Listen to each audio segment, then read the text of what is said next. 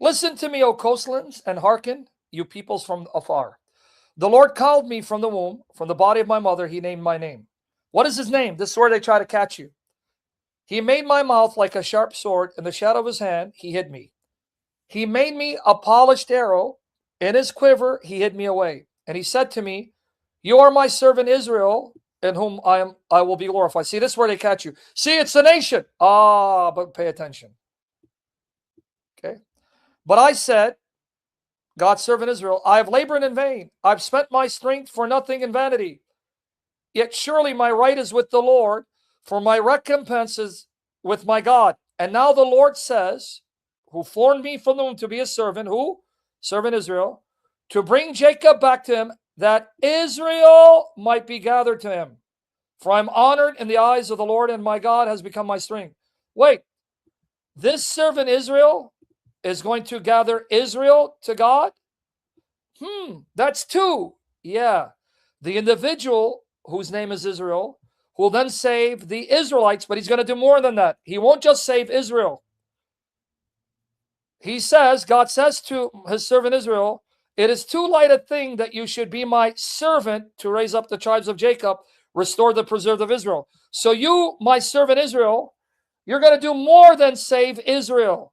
Israel saves Israel, but you're going to do more than that. You will save the world. I will give you as a light to the nations, that my salvation may reach to the end of the earth. Do you now see proof positive? This is an individual named Israel, one person named Israel, who's distinguished from the nation Israel, my servant Israel, who will gather the nation Israel and then save the world. Do you see it clearly with your eyes? Two Israels. Thus says the Lord, the Redeemer of Israel, and his Holy One, to one deeply despised, abhorred by the nations. That would be the Messiah, Jesus. The servant of rulers, not just the nation. Kings shall see and arise, princes, and they shall prostrate themselves, because of the Lord, who is faithful, the Holy One of Israel, who has chosen you. Thus says the Lord, in a time of favor I have answered you, in a day of salvation I have helped you. I have kept you and given you as a covenant to the people, to establish the land, to portion the desolate heritages, saying to the prisoners, come forth, to those who are in darkness, appear. They shall feed along the ways and all bare heights, and shall be their pasture. They shall not hunger or thirst, neither scorching wind nor sun shall smite them. For he has pity on them, will lead them, and by springs of water will guide them. Now, watch here. Two Israels, right? Now, I'm not able to duplicate this from my website, the box. Here it is. He said to me, you are my servant Israel, verse 3. But now watch here, 5 and 6. And now the Lord says, who formed me from the womb to be his servant, who's the servant Israel, to bring Jacob back to him, that Israel might be gathered to him. Is it any doubt there are two Israels? Have we established that? Okay. Now, how do I know Jesus is this servant named Israel? Now, let's go into the evidence. Watch that what is said about the servant Israel is applied to Christ in the New Testament. Note, he made my mouth like a sharp sword. Shadow of his hand, he hid me. What does it mean? Let me explain what it means his mouth is a sword. He doesn't need to use a physical weapon to kill you.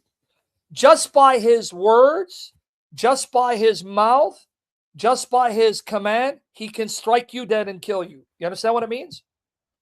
So he is God's judge, the one that God will send to judge and destroy his enemies. And he doesn't have to lift a finger. By his words, by his voice, he can slay you dead. That's what the New Testament says about Jesus, right? So you understand what it means? His mouth is a sharp sword. He just utters a command and he can strike you dead. Slay you just by his mouth. You understand what that means? Let me know if you get it, guys. Okay. Okay, so is Jesus likened to the servant? Yep. Here it is. Revelation 1, 12 to 18. In verse 16, From his mouth issued a sharp two-edged sword, one like a son of man, who looks like the Ancient of Days. It is his mouth that will cut you down like a sword. How do we know Jesus? Because he says, I died and I live forevermore. Again, what are we told about Jesus? Revelation 2:12-16. To the angel of the church in Pergamum, the words of him who has the sharp two-edged sword. And then he warns the church, if you don't repent, then I will come to you, war against you with the sword of my mouth. I will strike you down by my mouth, by my words. Still not convinced? Revelation 19:11-16:21. But again, I'm not going to read all of it for sake of time. That you know it's Jesus, it says, his name is called the Word of God. And this Word of God comes with the armies of heaven to destroy the armies of the nations. How? From his mouth issues a sharp sword, which to smite the nations. He's the King of kings and Lord of lords, and he will smite them with the sword of his mouth that issues from his mouth. That's the first connection. Second connection.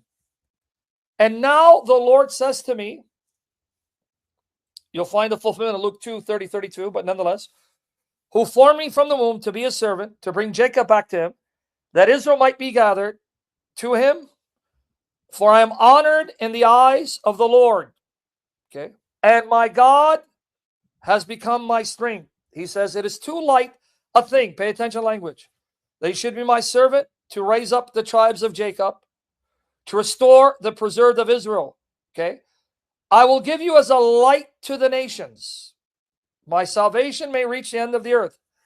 In Luke 2:30-32, Simeon quotes this, but we're going to look at Luke 2:25-35.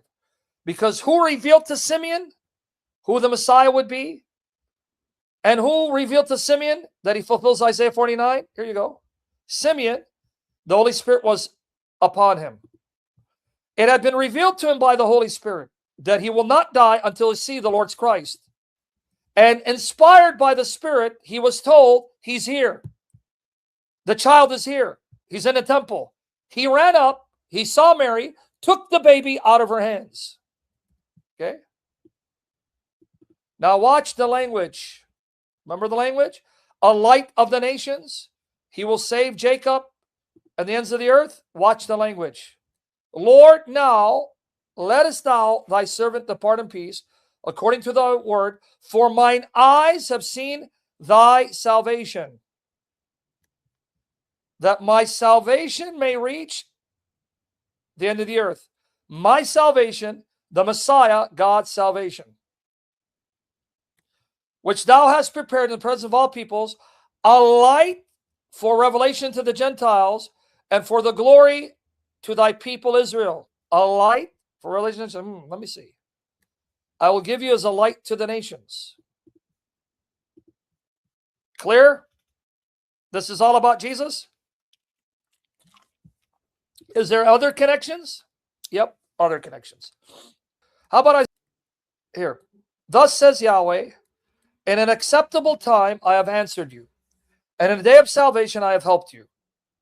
And I will guard you and give you for a covenant of the people. Covenant of the people. To establish the land, to make them inherit the desolate inheritance. So wait, do you see he will be a covenant? All right. Matthew 26:26-28. You saw that, right? Covenant. I will guard you and give you for a covenant to the people. Isaiah 49:8. Man. Matthew 26:26-28. Now as they were eating, Jesus took bread and blessed and broke it and gave it to the disciples and said, take, eat, this is my body. And he took a cup. When he had given thanks, he gave it to them, saying, drink of it, all of you, for this is my blood of the covenant, which is poured out for many for the forgiveness of sins. And he took bread, and when he had given thanks, he broke it and gave it to them, saying, this is my body, which is given for you. Do this in remembrance of me. And likewise the cup after supper, saying, this cup which is poured out for you is the new covenant in my blood. Isaiah 49:8 says, God will make him a covenant to the people. Same thing said in Isaiah 42:6. So far, is Jesus fulfilling the role? Yeah. How about this one? Isaiah 49, 9b and 10. They shall feed along the ways, and all the bare heights shall be their pasture. They shall not hunger or thirst. Now watch what Revelation 7, 16, 17 says. So I'm going to skip to that part.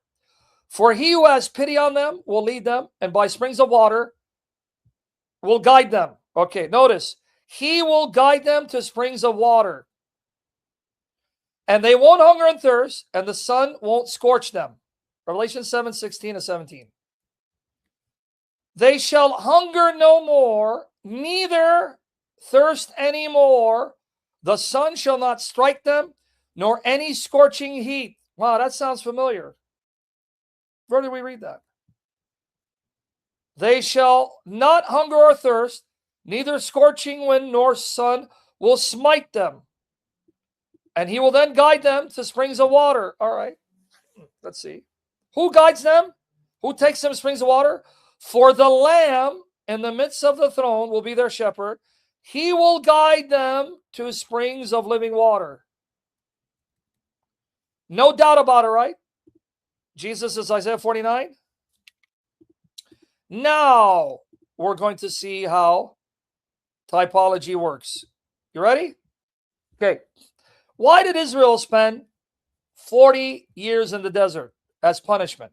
Okay. Let's go into the meat. According to Numbers 13, the Israelites wanted someone to scout the land of Canaan to see what it's like. So God told them, choose a person from each of the 12 tribes. So 12 spies, 2 of whom were Joshua and Caleb, went, and it took them 40 days to scout the land. They came back saying, man, the land is amazing, just like God said, flowing with milk and honey. But the 10 other spies said, but we got a problem. The Nephilim are there, the sons of Anak, Anakim, descendants of Anak, who are giants. And it uses the word Nephilim. They were still there after the flood during the time of Moses. Okay, there you go. And so the people got afraid. People got afraid and panicked because they were so huge, they made others look like grasshoppers. They're like 8 foot, 7 feet. So they got afraid and they complained and they don't want to go to Canaan. God gets angry. Now watch this, son of his right and everyone else. But the men who had gone up, Numbers 13, 31, 33, and with him said, we are not able to go up against the people, for they are too strong for us. So they gave out to the sons of Israel a bad report of the land, which they spied out, saying, the land which we have passed through to spy out on is a land that devours its inhabitants. And all the people whom we saw in it are men of great size. There also we saw the Nephilim, the sons of Anak. And by the way, Goliath is a Anakim, are part of the Nephilim. And we became like grasshoppers in our own sight. And so we were in their sight. So they complained, started crying, we're not going to go. Watch their punishment. Numbers 14, 33, 34. Okay, watch their punishment. And your sons shall be shepherds for 40 years in the wilderness. You're going to stay in the wilderness 40 years. Your sons who are young, who don't know any better, they will grow up at that time. You're going to die, and they're going to go in. Did you know that first generation, all of them died? None of them entered Canaan except Joshua and Caleb. Even Moses, Aaron, and Miriam died in the desert. Only Joshua, Caleb from that first generation entered. It was their sons who were young, who didn't know any better, that God pitied, who grew up and they took the land.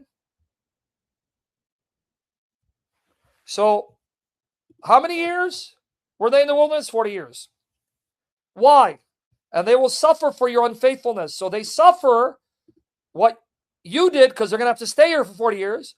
You're going to die. They're going to enter. Until your corpus come to an end in the wilderness. According to the number of days which you spied out the land, how many days did it take? 40 days to scout the land.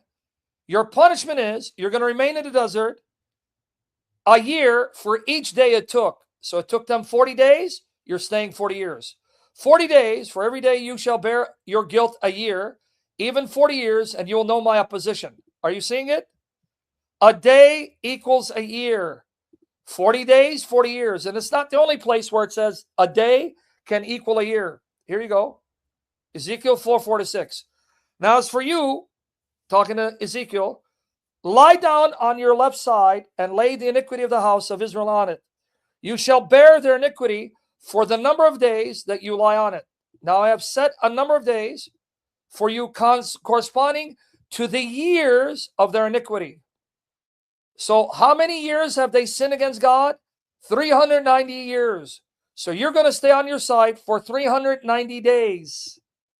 Your days will correspond to their years. Thus you shall bear the iniquity of the house of Israel. And you shall complete these, and you shall lie down a second time, but on your right side, and bear the iniquity of the house of Judah. I have set it for you 40 days, a day for each year. So Judah sinned for 40 years. You're going to lie on your side for 40 days. Okay, now let's see if you got it. Why did Israel spend 40 years in the desert?